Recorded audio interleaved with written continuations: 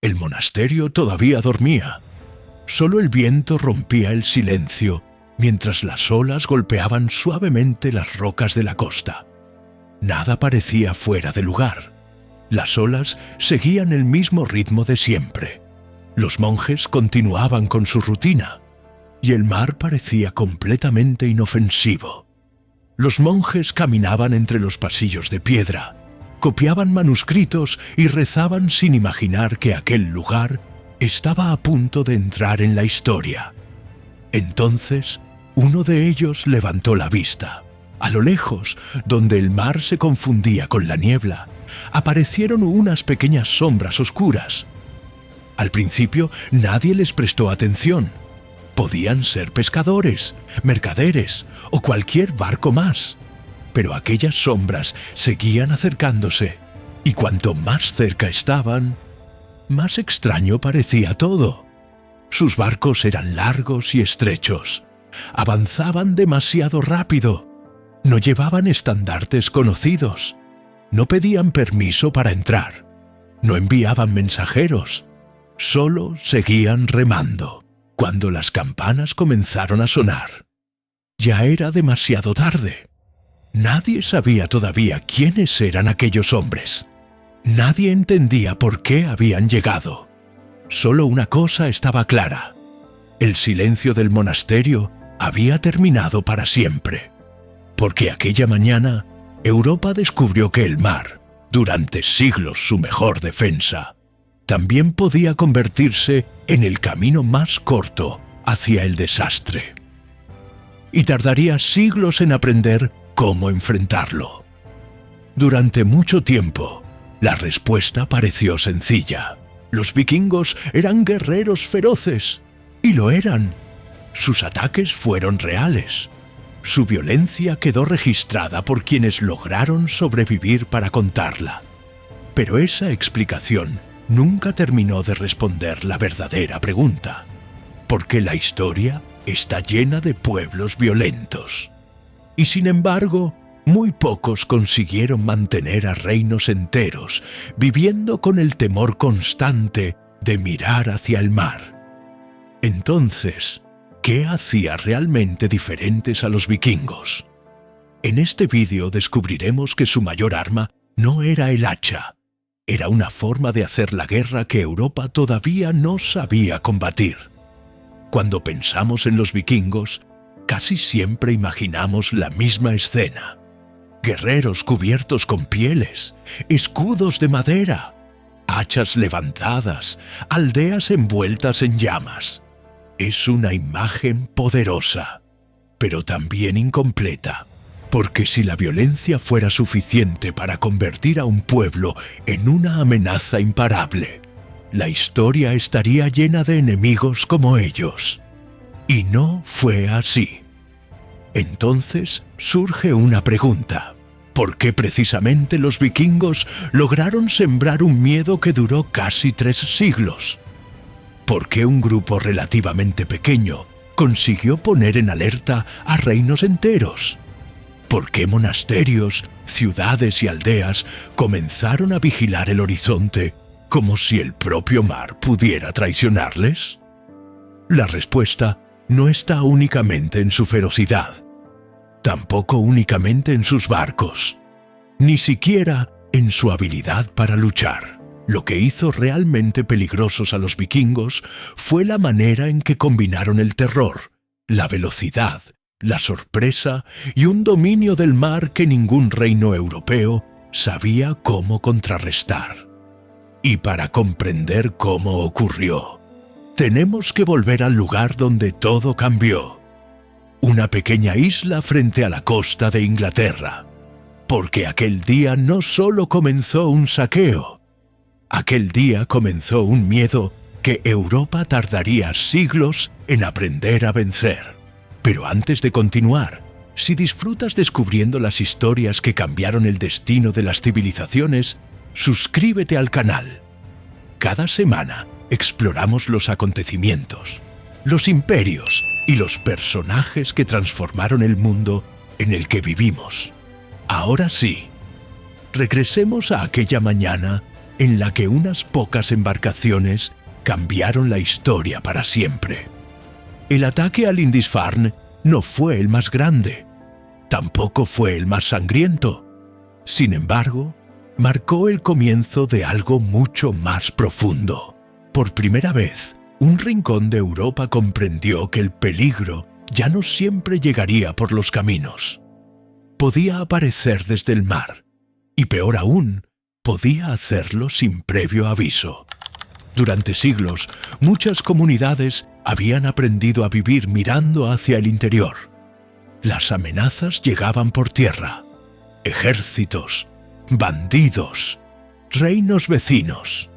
El mar, en cambio, era visto como una frontera natural. Una barrera que protegía más de lo que amenazaba. Los vikingos cambiaron esa idea para siempre. Después del Lindisfarne, comenzaron a aparecer en distintos puntos de las costas de Inglaterra, Irlanda y el continente europeo. Nunca exactamente en el mismo lugar. Nunca siguiendo un patrón fácil de anticipar. Un verano atacaban un monasterio, al siguiente una aldea pesquera, después un importante puerto comercial. Nadie sabía dónde sería el próximo golpe, y esa incertidumbre resultaba casi tan peligrosa como el ataque mismo. Con el tiempo, las historias comenzaron a viajar más rápido que los propios barcos. Mercaderes hablaban de pueblos arrasados. Peregrinos contaban que los monasterios ya no eran lugares seguros. Los supervivientes describían guerreros que aparecían de la nada, atacaban con una rapidez desconocida y desaparecían antes de que llegara cualquier ayuda. Como ocurre con frecuencia en tiempos de miedo, cada relato aumentaba un poco más el siguiente. Algunas historias eran ciertas, otras crecían con cada persona que las repetía. Pero todas producían el mismo efecto. El temor empezaba a extenderse, incluso entre quienes nunca habían visto un drakkar. Poco a poco, vigilar el horizonte se convirtió en parte de la vida cotidiana. Las campanas dejaron de anunciar únicamente la oración. También podían significar otra cosa, que unas velas acababan de aparecer en el mar. Y cuando eso ocurría, casi nadie esperaba averiguar cuáles eran sus intenciones. Lo primero era esconder a la familia, proteger lo que se pudiera, o simplemente huir. Los vikingos habían conseguido algo extraordinario. Habían convertido la incertidumbre en un arma. Cada ataque hacía más fácil el siguiente, porque antes de que el primer guerrero saltara a tierra, muchos de sus enemigos ya estaban dominados por el miedo. Pero el miedo, por sí solo, todavía no explica cómo lograban sorprender a tantos lugares diferentes. Para entenderlo, primero hay que responder otra pregunta. ¿Cómo conseguían aparecer donde nadie los esperaba? Si el miedo preparaba el terreno, había algo que hacía posible todo lo demás. Los barcos. A primera vista, podían parecer una simple herramienta de transporte, pero para la Europa del siglo IX eran mucho más que eso. Eran una ventaja que pocos comprendían. Mientras la mayoría de los reinos pensaba en caminos, fortalezas y murallas, los vikingos observaban un mapa completamente diferente. Uno dibujado por el agua. Cada río era una ruta, cada estuario una entrada, cada costa una oportunidad. Lugares que parecían protegidos por la distancia podían quedar expuestos de un día para otro. Y todo comenzaba con aquellos barcos largos y estrechos que avanzaban donde otros simplemente no podían.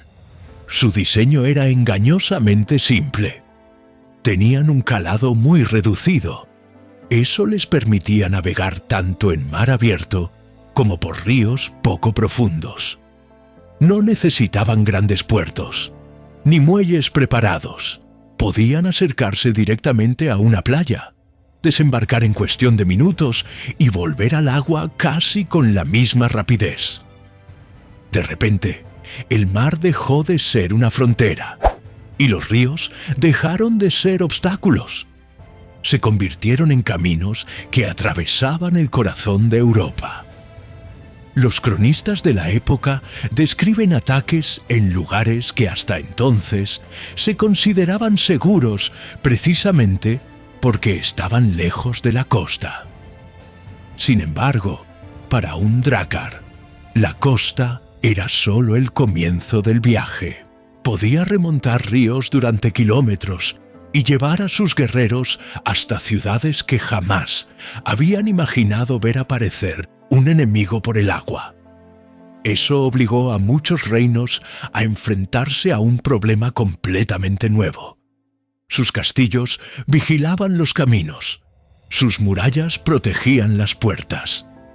Pero casi nadie había pensado en defender los ríos. Era como cerrar todas las ventanas de una casa y dejar la puerta principal abierta. Y cuando comprendieron el error, los vikingos llevaban décadas aprovechándolo. Incluso cuando un río dejaba de ser navegable, aquello no significaba el final del viaje. En ocasiones, las tripulaciones descargaban los barcos y los arrastraban por tierra hasta alcanzar otro curso de agua. Después seguían navegando. Para quienes intentaban defenderse, era una forma de moverse que parecía desafiar toda lógica. Los vikingos no aparecían donde era más fácil llegar, aparecían donde nadie esperaba que fuera posible. Y esa diferencia cambiaba por completo las reglas del juego. Pero todavía había un problema. Llegar primero no garantizaba escapar. Entonces, ¿cómo conseguían atacar, saquear y desaparecer antes de que los ejércitos europeos pudieran reaccionar? Los drakars podían llevar a los vikingos casi a cualquier lugar. Pero esa ventaja, por sí sola, todavía no explica por qué resultaba tan difícil detenerlos. Después de todo, llegar era solo la mitad del problema. Lo verdaderamente sorprendente era lo que ocurría después. Los ataques comenzaban con una velocidad que desconcertaba a sus enemigos. Los guerreros desembarcaban, se dirigían directamente hacia su objetivo, tomaban todo lo que podían transportar y regresaban a los barcos antes de que alguien organizara una respuesta. Todo podía suceder en cuestión de horas, a veces incluso menos. Mientras las primeras columnas de humo empezaban a elevarse sobre un monasterio o una aldea, un jinete ya galopaba hacia la fortaleza más cercana para pedir ayuda. Pero el viaje llevaba tiempo. Había que recorrer caminos, cruzar bosques, encontrar al señor local y convencerlo de movilizar a sus hombres. Solo entonces comenzaba otro problema. Reunir un ejército medieval era un proceso lento. No existían tropas permanentes esperando una orden. Había que convocar a los nobles, llamar a los campesinos obligados al servicio, preparar armas, caballos y provisiones. Todo eso podía llevar días, a veces semanas. Los vikingos lo sabían y construyeron toda su forma de combatir alrededor de esa realidad. No buscaban permanecer en el campo de batalla. Buscaban marcharse antes de que la batalla pudiera comenzar.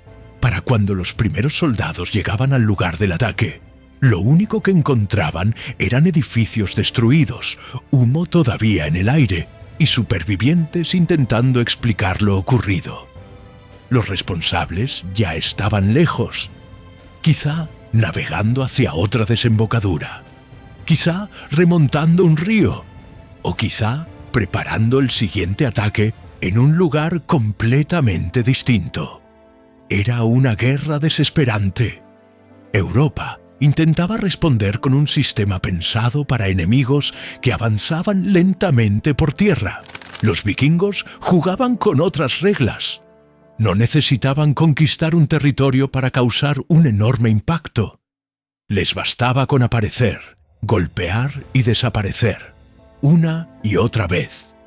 Esa estrategia no solo les permitía conservar la iniciativa, también obligaba a sus enemigos a vivir reaccionando constantemente. Y cuando una guerra se convierte en una sucesión interminable de reacciones, quien lleva la ventaja casi siempre es quien decide el momento del ataque. Por eso, durante tanto tiempo, los reinos europeos parecían llegar siempre un paso tarde. No porque sus guerreros fueran menos valientes, sino porque estaban intentando atrapar a un enemigo que nunca aceptaba luchar en sus propios términos. Sin embargo, todavía hay una pregunta que sigue sin respuesta. Si los vikingos evitaban las grandes batallas siempre que podían, ¿por qué su reputación terminó convirtiéndolos en los guerreros más temidos de Europa? Con el paso de los años, el nombre de los vikingos empezó a provocar una reacción casi automática. Mucho antes de ver un barco, mucho antes de escuchar un cuerno, mucho antes del primer combate. El miedo ya estaba presente, y ese miedo no había surgido por casualidad. Los ataques eran rápidos, pero también eran implacables. Monasterios que durante generaciones habían sido considerados lugares sagrados fueron saqueados. Ciudades costeras quedaron reducidas a cenizas. Quienes sobrevivían llevaban consigo historias que recorrían Europa mucho más deprisa que cualquier dracar. Los cronistas de la época describieron escenas de una violencia que parecía difícil de comprender. Iglesias destruidas, reliquias robadas, comunidades enteras obligadas a abandonar sus hogares. No todos los relatos fueron escritos con absoluta objetividad. Muchos nacieron del miedo, otros fueron exagerándose con el paso del tiempo. Pero incluso dejando a un lado esas exageraciones, hay algo que resulta evidente. La brutalidad de los ataques era real, y los propios vikingos entendían el efecto que producía. Cada aldea saqueada enviaba un mensaje a la siguiente. Cada monasterio destruido hacía que otros comenzaran a prepararse para un ataque que quizá nunca llegaría. Cada superviviente se convertía, sin quererlo, en un mensajero del miedo. Esa fue una de sus armas más eficaces, no porque sembraran el terror por simple crueldad, sino porque comprendieron que un enemigo asustado tomaba peores decisiones. Un pueblo que huía dejaba atrás sus riquezas. Una ciudad que entraba en pánico reaccionaba con desorden. Un reino que esperaba el próximo ataque terminaba dispersando sus fuerzas para intentar proteger demasiados lugares al mismo tiempo. Sin darse cuenta, Europa empezó a luchar contra algo más que un grupo de guerreros. Empezó a luchar contra una reputación. Y derrotar una reputación siempre resulta mucho más difícil que derrotar a un ejército. Sin embargo, aquí aparece un detalle que cambia por completo nuestra forma de entender a los vikingos. Si observamos por separado su velocidad, sus barcos, su ferocidad o el miedo que inspiraban, ninguno de esos factores basta para explicar por qué nadie conseguía detenerlos durante tanto tiempo. Todavía falta una última pieza, la única que permite comprender por qué un pueblo relativamente pequeño consiguió poner en jaque a algunos de los reinos más poderosos de Europa. Y esa pieza lo cambia todo. Llegados a este punto, ya conocemos casi todas las piezas del rompecabezas. Sabemos que los vikingos sembraban el miedo incluso antes de desembarcar. Sabemos que sus drakars les permitían aparecer donde nadie los esperaba. Sabemos que atacaban con una velocidad imposible de igualar para los reinos de su tiempo, y sabemos que su ferocidad multiplicaba el impacto de cada incursión. Pero, observadas por separado, ninguna de esas ventajas explica por qué durante tanto tiempo parecieron imposibles de detener. La respuesta está precisamente en que nunca actuaban por separado. Cada una reforzaba a las demás. El miedo hacía que las defensas reaccionaran tarde. La movilidad les permitía elegir cualquier objetivo. La velocidad evitaba que los ejércitos pudieran alcanzarlos. Y la brutalidad convertía cada ataque en una advertencia para el siguiente. Era un ciclo. Y mientras Europa intentaba responder a un ataque, los vikingos ya estaban preparando el siguiente. Cuanto más éxito tenían, mayor era su reputación. Y cuanto mayor era su reputación, menos resistencia encontraban. Los vikingos no necesitaban conquistar un reino para obligarlo a cambiar. Les bastaba con demostrar que ningún lugar era realmente seguro. Por primera vez en siglos, el mar había dejado de ser una frontera protectora.